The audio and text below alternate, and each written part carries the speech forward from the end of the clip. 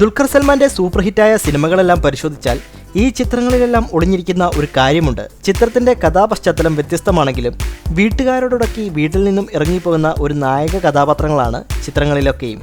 ദുൽഖറിന്റെ പടം ഹിറ്റാകണോ എങ്കിൽ ദുൽഖർ വീട് വിട്ട് ഇറങ്ങിയേ പറ്റൂ. ദുൽഖറിന്റെ ആദ്യത്തെ ചിത്രമാണ് സെക്കൻഡ് ഷോ. ഇതിൽ ദുൽഖറിന്റെ അമ്മ രോഹിണിയോട് ഉടക്കി വീട് വിട്ടിറങ്ങുന്നു.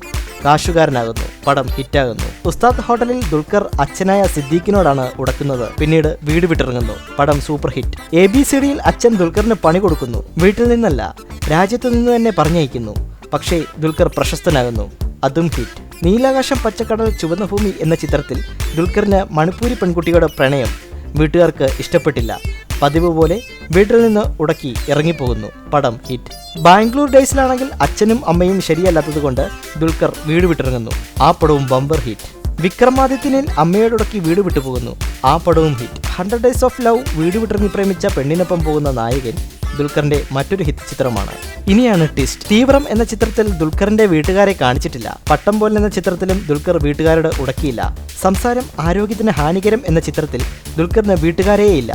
സെലാല മൊബൈൽസിൽ വീട്ടുകാരുമായി ഒരു പ്രശ്നവുമില്ലാത്ത നായകൻ ഞാൻ എന്ന ചിത്രത്തിലും വീട്ടുകാരുമായുള്ള ഉടക്കോ വഴക്കോ പറയുന്നില്ല.